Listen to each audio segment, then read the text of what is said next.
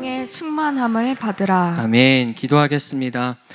하나님, 오늘도 우리가 주님 앞에 나아갑니다. 주의 임재 가운데 성령의 충만함을 입기를 소원합니다.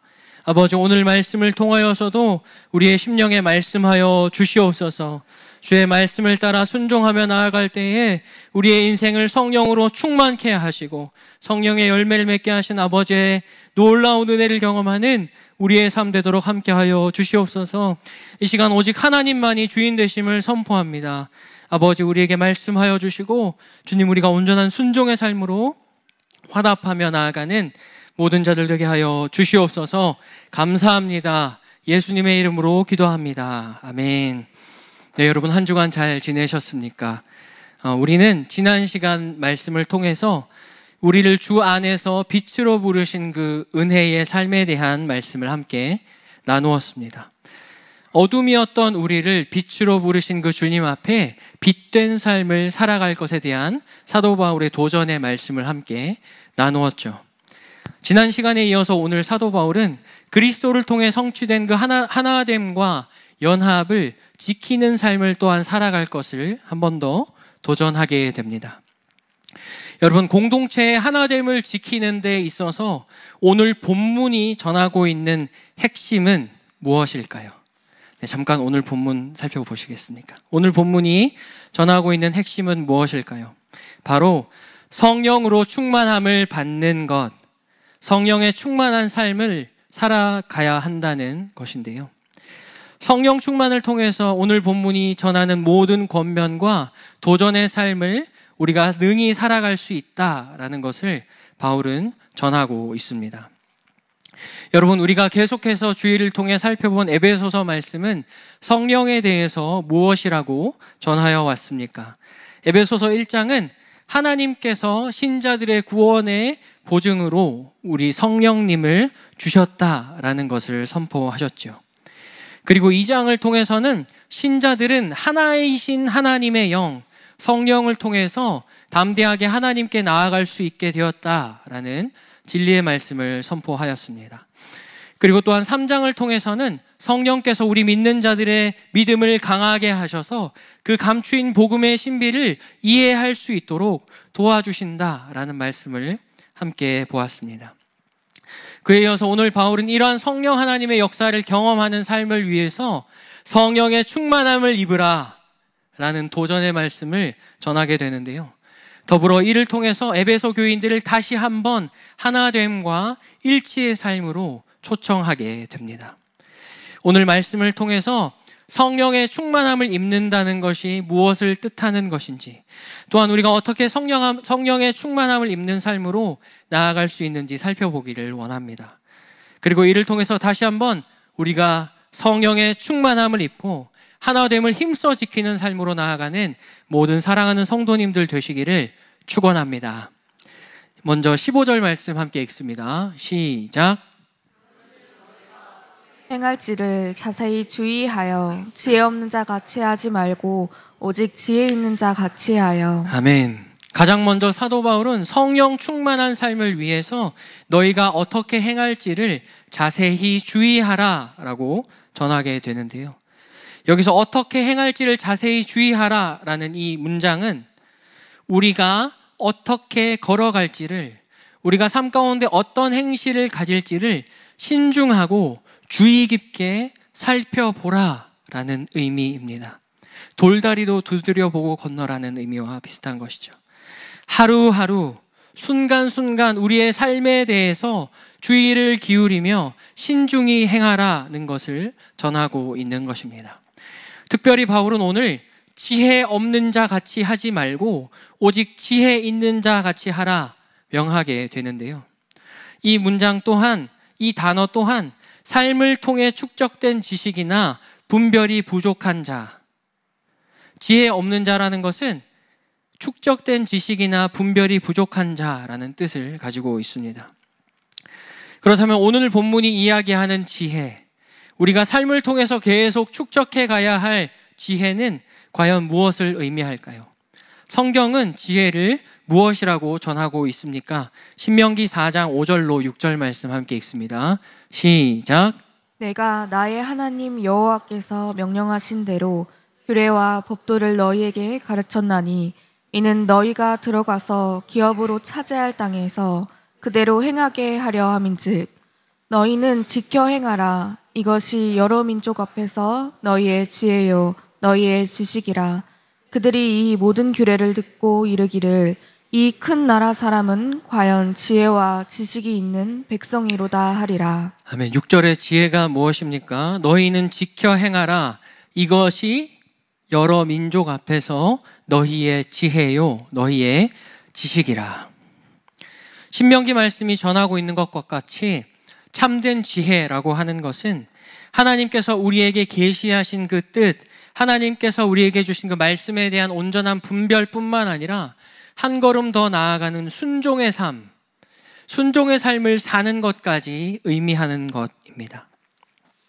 우리가 형제님, 자매님, 집사님, 권사님, 장로님, 놀라운 지혜가 당신께 있군요 라고 고백한다는 것은 와, 당신의 삶을 정말 놀랍도록 주님의 말씀에 순종하는 삶을 사시는군요 하는 것과 같다는 것입니다.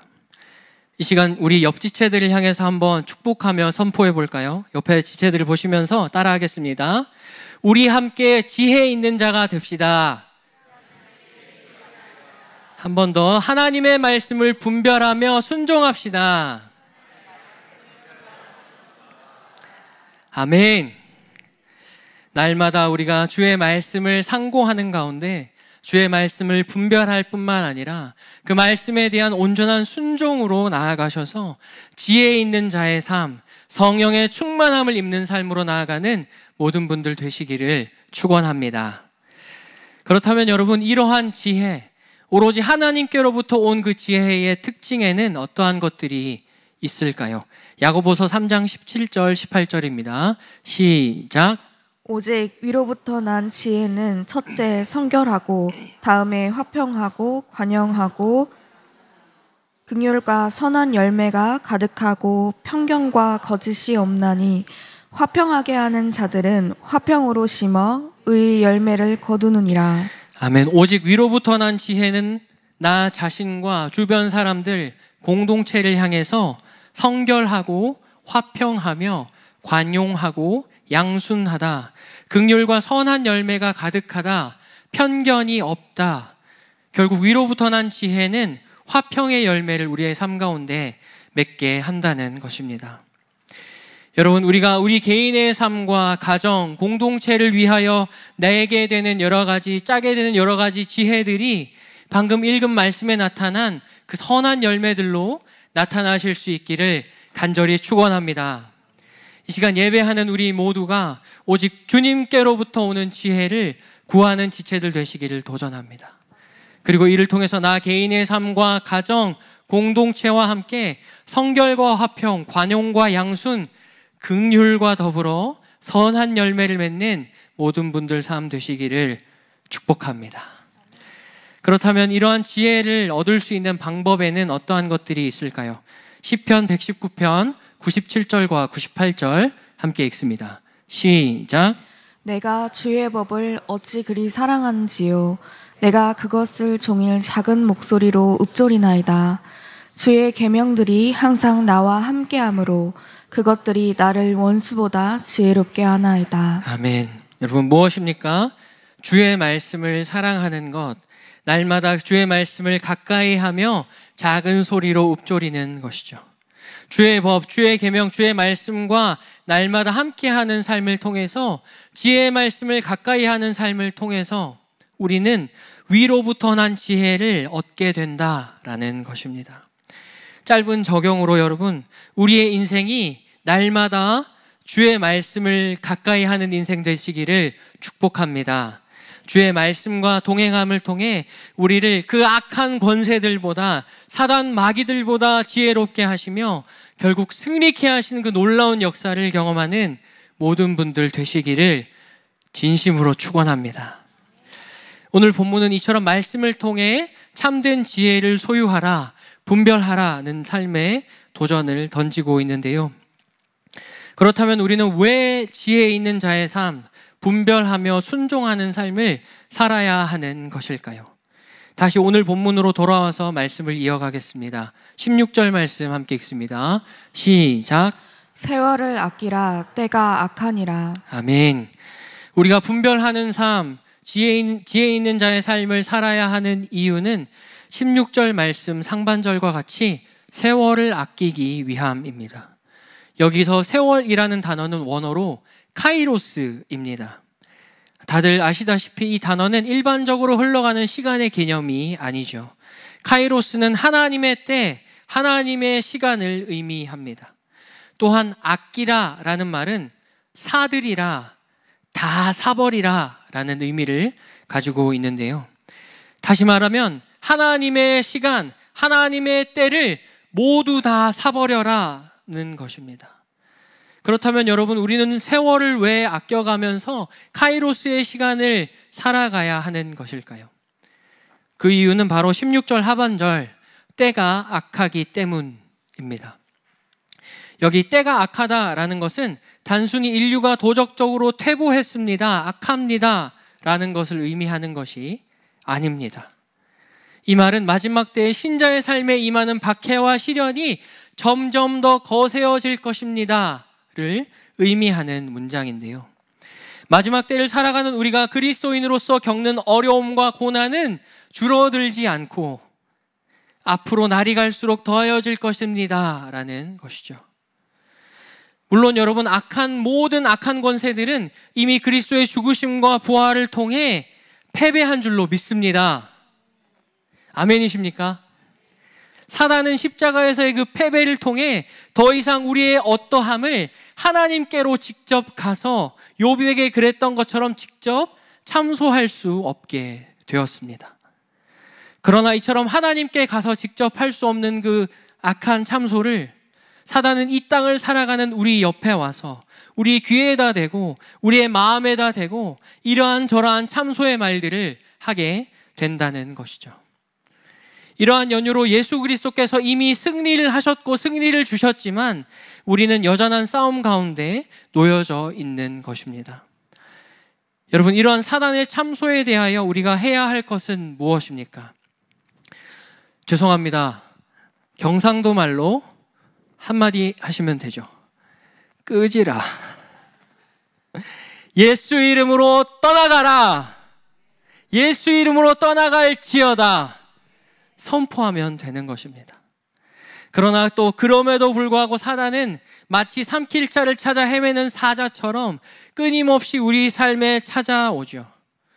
그렇기 때문에 우리는 더더욱 세월을 아끼는 삶, 카이로스의 때를 분별하며 살아가는 삶을 살아야 하는 것입니다. 여러분, 세상에서도 흔히 말하는 명언 중에 시간에 관련된 명언이 있습니다. 시간을 사라. 여러분, 내돈내산이라는 말 들어보셨습니까? 내 돈 주고 내가 산 물건, 그만큼 귀하다는 것이죠. 그렇게 내돈내산으로 나의 시간을 내가 산 것처럼 내게 주어진 시간에 대해서 귀하게 사용하라는 것입니다. 왜 그렇습니까, 여러분? 여러분, 물건은 잃어버려도 다시 구할 수 있습니다. 돈, 직업, 재산, 심지어는 우리 집 없어져도 어떻게든 다시 구할 수 있죠. 그러나 시간은 어떻습니까? 세상적인 기준으로 봐도 다시 얻을 수 없고 돌이킬 수 없습니다. 한번 잃어버린 우리의 시간, 한번 낭비된 우리의 시간을 회복할 방법은 없다는 것이죠. 더군다나 마지막 때를 살아가는 우리들에게 하나님의 때, 하나님의 시간, 이 카이로스의 시간을 살아간다는 것은 더더욱 어떻습니까? 마지막 때 하나님의 부르심과 사명을 따라 살아가는 우리들로서는 더더욱 우리의 세월을 하나님의 시간과 그 하나님의 때를 아끼며 온전히 살아가는 삶이 되어야 한다는 것이죠. 이처럼 세월을 아끼며 하루하루 전진해 가야 하는 이 마지막 때에 미혹과 배도의 시즌 가운데 믿음의 공동체에 일어나는 일은 무엇입니까? 마태복음 24장 10절 함께 읽습니다. 시작. 그때 많은 사람이 실족하게 되어 서로 잡아주고 서로 미워하겠으며. 네, 여기서 서로 잡아주다라는 말은 서로 넘기다, 서로 내어주다, 서로 배반하다라는 뜻입니다.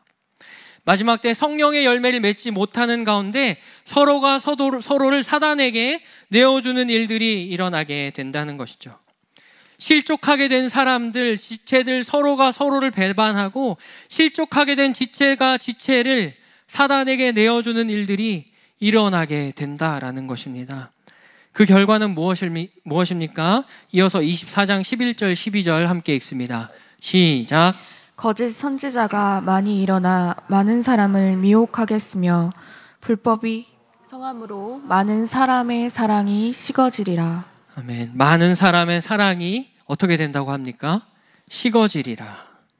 공동체 지체 서로가 서로를 실족하게 하게 하는 가운데 결국 사랑이 식어지는 일들이 우리 가운데 일어나게 된다는 것이죠.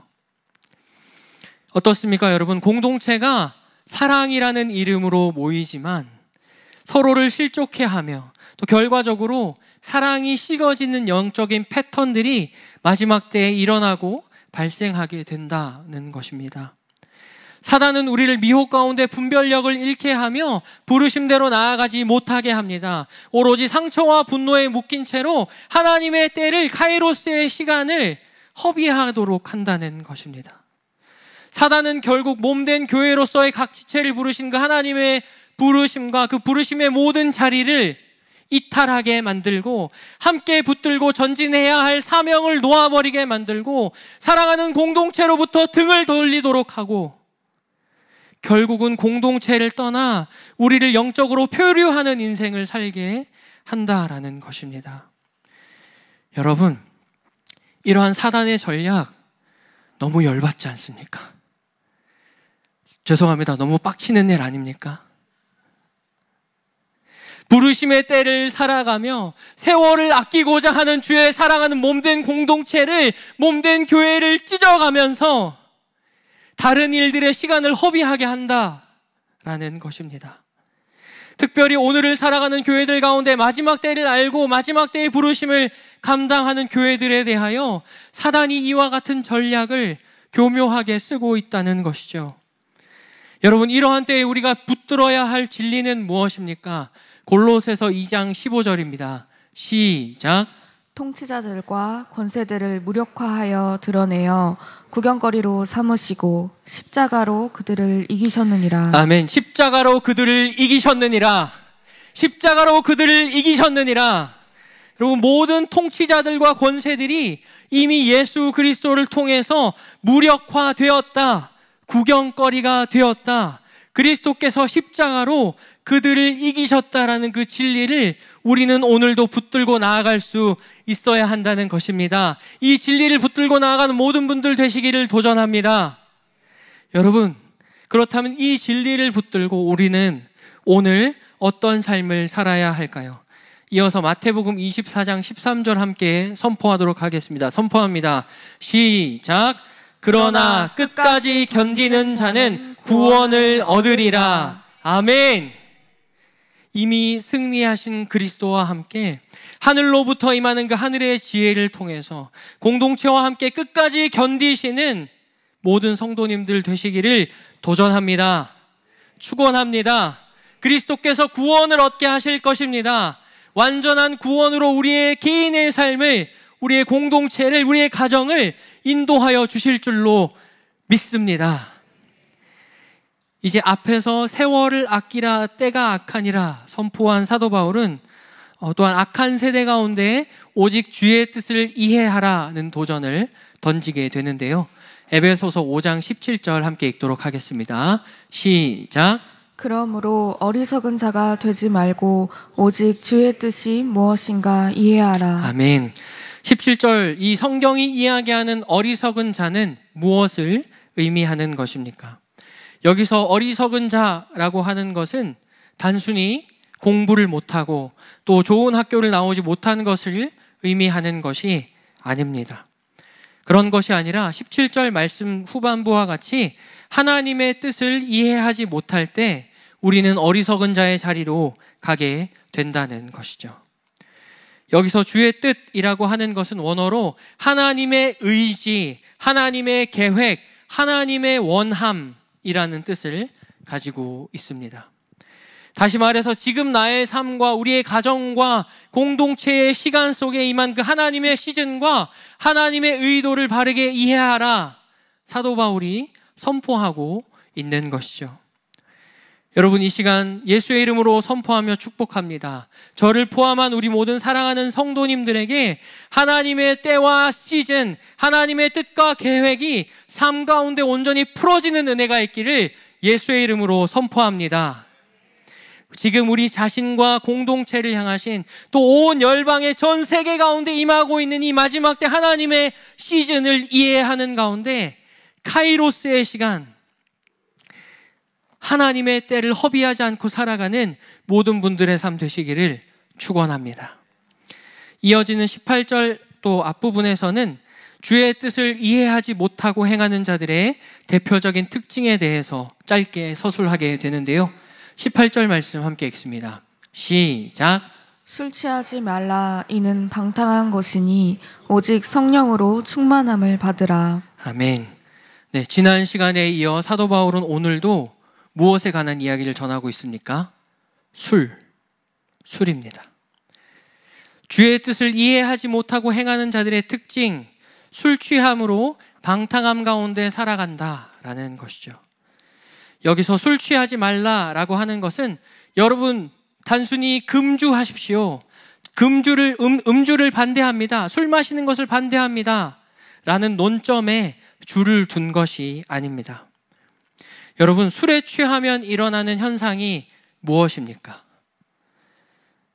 조금 찾아봤는데요. 알코올이 중추신경계와 신경 전달 물질에 영향을 줘서 육체와 이성의 균형을 잃게 한다고 합니다. 우리의 기억과 인지를 저하시키고 신체 기능을 저하시킨다라고 합니다. 여러분, 이런 이야기가 있죠. 처음에는 내가 술을 마셨는데 나중에는 누가 나를 마시더라? 지금 대답하신 분들 할렐루야, 축복합니다. 축복합니다. 네, 처음엔 내가 술을 마셨는데 나중에는 술이 나를 마시더라. 여러분 들어보셨죠? 한마디로 술이 우리를 지배하게 된다라는 것입니다. 다시 말해서 오늘 본문이 가지는 근본적인 논점은 술에 취하느냐 아니냐보다 술에 취하면 술이 우리의 사고와 감정과 육체를 지배하는 것처럼 그 무엇이 우리의 삶을 지배하도록 할 것인가 하는 것입니다. 처음에는 내가 술을 먹다가 나중에는 술이 나를 먹는 것처럼 그 무엇이 또는 그 무언가가, 그 누군가가 우리의 삶을 지배하도록 할 것인가, 우리의 삶을 주의하여 보라. 뒤집어 이야기하면 술을 포함한 다른 그 무엇이 나의 삶을 지배하고 통치하도록 허용하지 말라, 지배하지 못하게 하라 라는 것을 오늘 본문이 강력하게 도전하고 있는 것입니다. 여러분, 오늘을 살아가는 우리는 무엇을 선택하고 있습니까? 우리는 무엇을 선택하며 무엇의 통치와 지배를 받으며 살고 있습니까? 술 취함이라고 하는 것이 우리의 판단력과 절제력을 상실케 하듯이 우리가 성령이 아닌 다른 무언가에 취해서 살아간다면 우리의 삶은 하나님의 통치를 잃고 영적인 분별력을 잃은 채 사망의 길로 나아가게 된다는 것이죠. 여러분, 오늘 이 시간 함께 모여 예배하는 우리 모두를 취하게 만들고 영적인 분별력을 잃게 만들고 우리의 영혼을 혼미케 하는 것들은 무엇이 있는지 정직하게 돌아보기를 소원합니다. 혹시 우리의 삶 가운데 우리가 경험할 수밖에 없었던 여러 가지 상처와 분노, 원망과 육신의 정욕 등이 우리의 영적인 분별 능력을 잃게 하고 있지는 않습니까? 여전히 해결되지 않는 삶의 문제에 대한 쓴뿌리들이 우리의 영적인 성장과 하나됨을 가로막고 있지는 않습니까?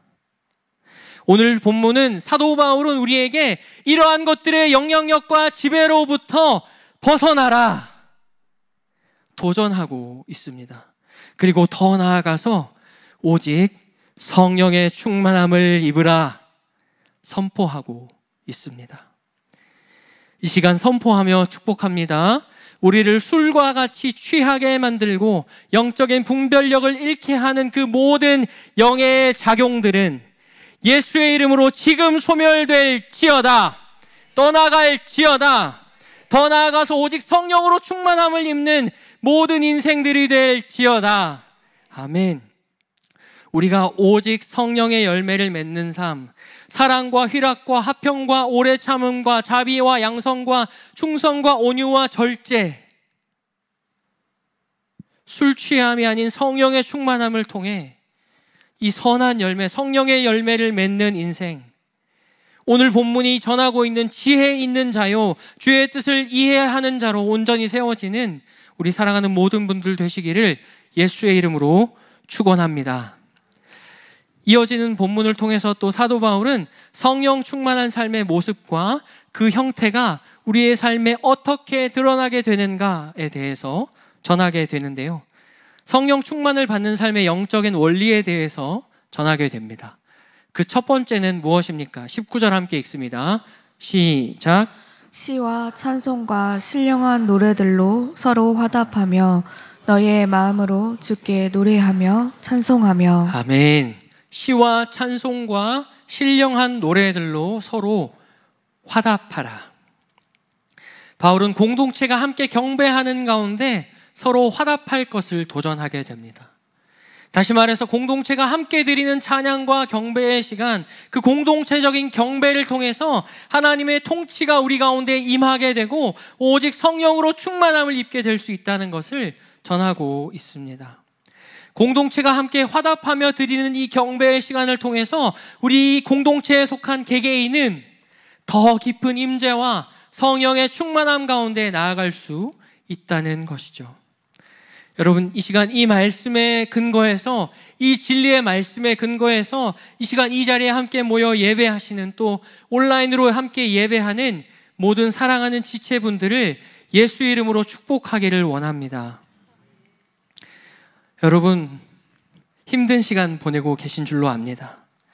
이 시즌 가운데 우리 개인의 삶에 일어나는 여러 가지 일들과 공동체의 힘겨운 상황에도 불구하고 이 자리에서 예배하기를 포기하지 않고 서로 화답하며 공동체로 모여 예배하는 우리 사랑하는 모든 하늘마음 성도님들의 삶에 더 깊은 성령의 임재와 하나님의 통치가 풀어질 것을 예수 이름으로 선포하며 축원합니다. 여러분, 우리가 함께 모여 예배하는 이 시간, 공동체가 함께 모여 드리는 이 예배의 시간을 더욱 소중히 여기며 함께 하기를 포기하지 않는 모든 성도님들 되시기를 예수 이름으로 도전합니다. 우리가 서로 함께 화답하는 가운데 신령한 노래로 영의 찬양을 오늘과 같이 끊임없이 올려드리며 오직 한 분 하나님만 경배하는 예배 공동체로 나아가는 모든 분들 되시기를 축원합니다. 이 즈음에서 또 19절에 서로 화답하며 라는 구절에 한 단계 더 깊은 적용을 하기 원하는데요. 여러분, 우리는 어떻게 우리의 영적인 현 주소를 알 수 있을까요? 우리는 오늘 본문이 이야기하는 서로 화답하는 예배, 공동체의 예배를 통해서 지금 나 자신의 신앙의 현 주소를 발견할 수 있습니다. 오늘 내가 지금 여기서 드리고 있는, 말씀을 듣고 있는 지금 현재 공동체의 예배, 내가 이 공동체 안에서 드리고 있는 나의 예배가 지금 나의 신앙이요, 나의 믿음의 실체요, 내 믿음의 현 주소라는 것입니다. 여러분, 우리가 공동체로 다 함께 모여 예배드리는 가운데 지금 나의 예배, 각자의 예배는 하나님 앞에 어떠한지 돌아보기를 원합니다. 여러분, 사단은 끊임없이 마지막 때의 성도들을 공동체의 예배로부터, 하나님의 임재가 있는 하나님의 백성들의 예배로부터 어떻게든 분리시키려 합니다. 그리고 시와 찬송과 신령한 노래들이 아니라 술과 같은 다른 것들로 우리의 삶을 끊임없이 채우게 하려 합니다. 여러분, 지금 이 시간 예배하는 가운데, 말씀을 듣는 가운데 우리가 오로지 집중해야 할 것은 무엇입니까? 19절 하반절, 너희의 마음으로 주께 노래하며 찬송하라. 여러분, 우리 모두의 삶 전체가 하나님을 향한 경배의 삶 되시기를 축복합니다. 우리의 삶을 통해 드려지는 모든 예배가 주님께 우리의 전심을 드리는 예배 되시기를 도전합니다. 우리가 가진 모든 마음의 심들, 생각의 고리들, 정리되지 않은 우리의 모든 감정들은 이 시간 다 예수 그리스도의 십자가에 못 박히고 오직 하나님 한 분만을 영과 진리로 예배하시는 모든 예배자들 되시기를 축원합니다. 요한복음 4장 23절 24절 함께 읽습니다. 시작. 아버지께 참되게 예배하는 자들은 영과 진리로 예배할 때가 오나니 곧 이때라. 아버지께서는 자기에게 이렇게 예배하는 자들을 찾으시느니라. 하나님은 영이시니 예배하는 자가 영과 진리로 예배할지니라. 아멘. 여러분, 너무도 익숙한 말씀이지 않습니까? 우리 하늘마음교회 예배가 시작할 때에 우리 사랑하는 모든 성도님들과 함께 선포되어지는 말씀입니다. 여러분, 영과 진리로 예배할 때가 바로 이때인 줄로 믿습니다. 예수 그리스도 안에서 한 몸 된 공동체가 한 마음으로 함께 드리는 예배 가운데 모든 지체들과 함께 영과 진리로 예배하며 이를 통해 성령의 충만함을 입는 모든 축복된 인생 되시기를 축원합니다. 이제 바울은 또한 공동체가 함께 화답하며 드리는 그 경배 다음으로 우리의 삶은 어떻게 성령 충만할 수 있는가 전하게 되는데요. 그 두 번째 원리는 무엇입니까? 20절 말씀 읽도록 하겠습니다. 시작. 범사에 우리 주 예수 그리스도의 이름으로 항상 아버지 하나님께 감사하며. 아멘. 지난 시간에 이어서 오늘도 바울은 우리에게 무엇을 도전하고 있습니까? 감사의 삶을 살 것을 도전합니다. 우리가 지난 시간 살펴보았던 감사는 무엇이었습니까? 짧게 짚고 넘어갑니다. 감사는 그리스도인들이 가지는 언어의 본질적인 특징이었습니다. 그리고 그리스도인으로서 우리가 드리는 감사의 영적인 의미 또한 무엇이었습니까? 우리가 드리는 하나님 감사합니다 라고 하는 고백은 우리의 삶이 전적으로 하나님께 의존하고 있습니다, 모든 주권이 하나님께 있습니다 하는 것을 인정하는 믿음의 고백이었죠. 나의 삶 모든 것 위에 하나님이 통치하고 계시다는 믿음을 반증하여 주는 것이 바로 오늘 지금 이 시간 드리는 우리의 감사다. 이러한 감사는 자기 스스로를 사랑하며 자기 중심적인 삶을 사는 자들에게서는 나올 수 없다. 우리의 진정한 감사는 오직 자기 중심성을 버리고 하나님 중심의 삶, 킹덤 중심의 삶을 사는 자들에게 나올 수 있는 고백이다 라는 말씀을 함께 나누었습니다. 그에 이어서 오늘 바울은 성령 충만한 삶 가운데 있는 자들의 행동이나 말에도 하나님을 향한 감사와 경배가 있다는 것을 전하고 있는데요. 성령 충만한 삶에는 하나님을 향한 감사와 더불어 공동체가 함께 드리는 예배 가운데 서로에게 감사하며 서로를 격려하는 영적인 태도가 배어 있다는 것을 전하고 있습니다. 여러분, 우리가 함께 하나님 한 분을 예배하는 가운데 하나님을 향한 온전한 감사와 더불어 공동체 지체들 서로를 향한 영적인 격려 또한 일어나게 되기를 예수의 이름으로 축복합니다. 우리의 모든 예배가 하나님을 향한 감사와 경배뿐만 아니라 서로를 향한 감사와 영적인 격려가 온전히 풀어지는 예배 되기를 예수 이름으로 축복합니다. 여러분, 이처럼 공동체가 함께 드리는 감사의 능력은 무엇입니까? 특별히 우리가 예수 그리스도의 이름으로 드리는 감사의 능력은 무엇일까요?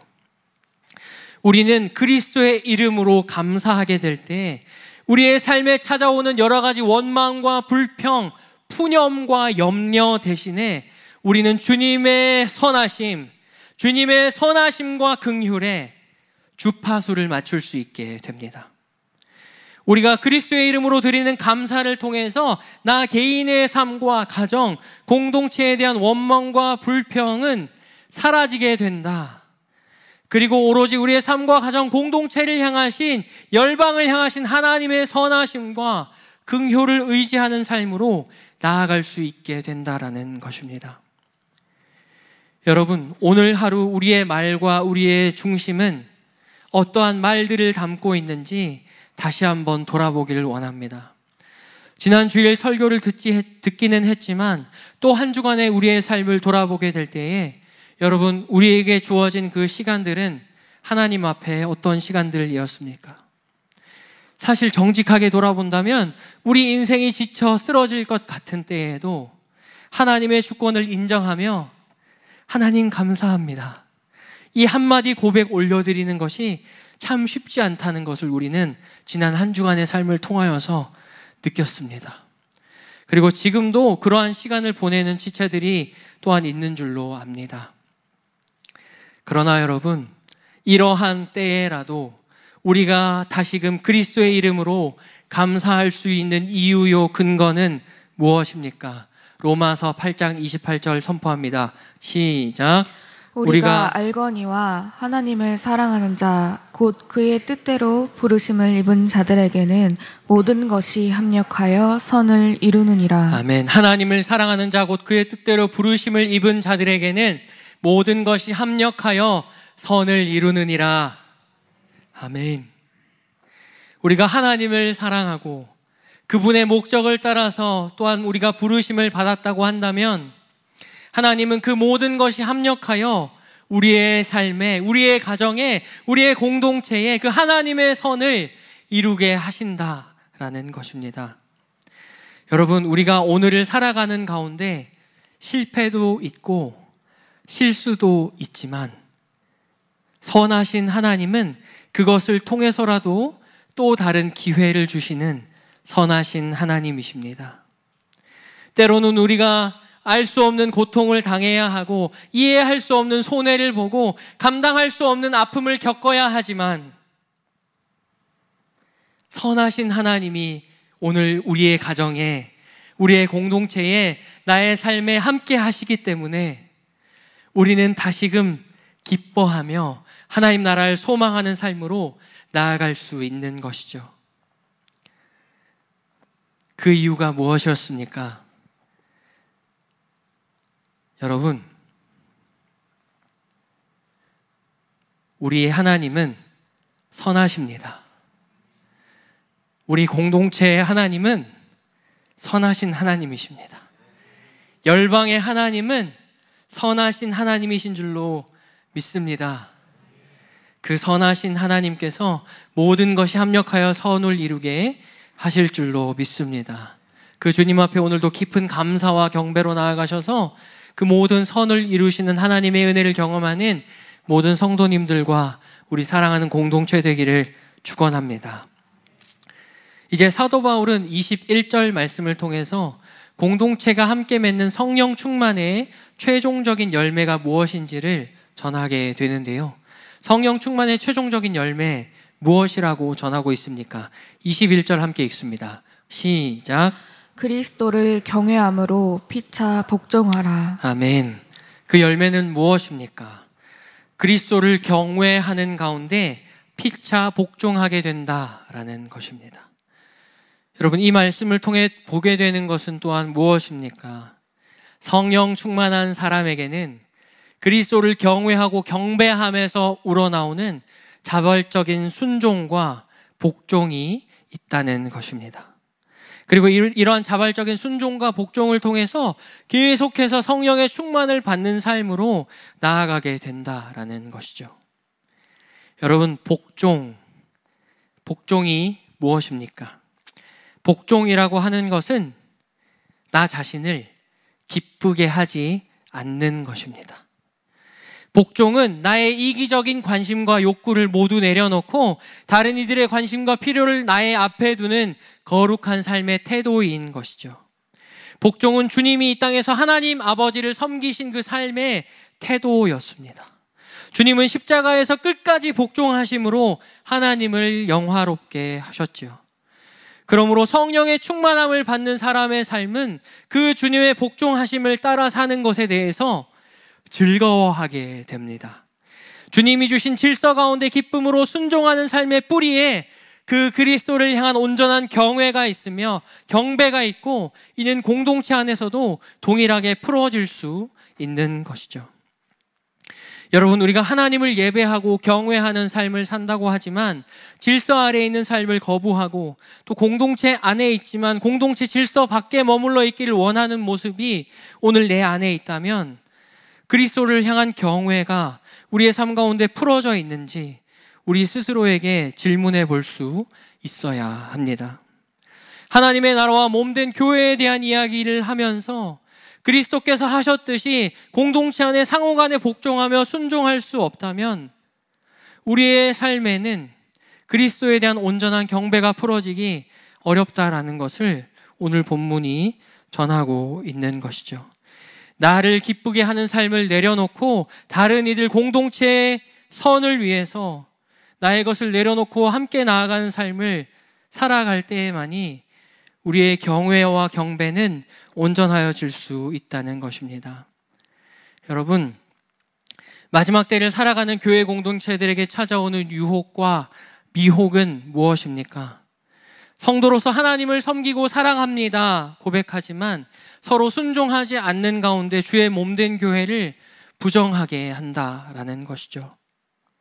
서로가 서로에게 순종하며 복종하지 않는 삶을 통해 우리들이 하는 그 흔한 말로 안 나가 성도, 거꾸로 말하면 가나안 성도가 되도록 하는 것이 이 마지막 때의 사단의 전략인 것입니다. 그럼에도 불구하고 우리가 그리스도를 경외하는 가운데 피차 복종하며 순종하는 삶을 살게 될 때에 오늘 본문 이후에서 열거하고 있는 그런 삶들, 가정에서의 삶 또한 온전히 풀어지며 세워질 수 있다는 것을 바울이 전하게 됩니다.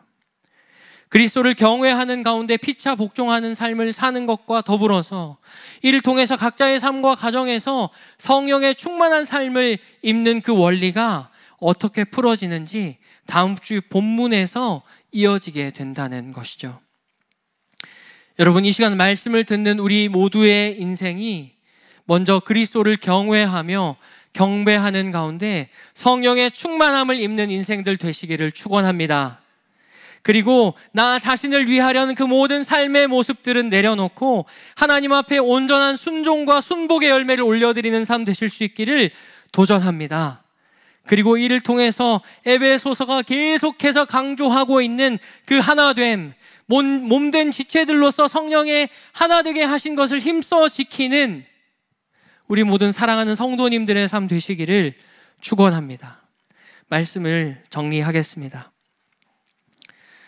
여러분, 오늘 본문의 제목과 주제뿐만 아니라 그 시작과 중간 과정을 지나 결론 또한 너무도 단순합니다. 오늘 본문의 핵심은 무엇입니까? 오직 성령으로 충만함을 받으라. 오직 성령으로 충만함을 받고 유지하라는 것입니다. 이 시간 함께 말씀을 듣는 우리 모두의 삶이 사도 바울의 이 권명과 명령처럼 오직 성령으로 충만함을 받는 인생 되시기를 축원합니다. 이를 통해 마지막 때를 살아가는 성도들로서 세월을 아끼고 주의 뜻을 이해하며 공동체와 함께 한마음으로 경배하고 범사에 감사하며 피차 순종하는 삶으로 나아가는 모든 분들 되시기를 축원합니다. 오직 성령의 충만함을 받는 교회가 될지어다. 오직 성령의 충만함을 입는 모든 성도들의 삶이 될지어다. 이 시간 성령 하나님 초청하시면서 함께 찬양하며 나아가겠습니다.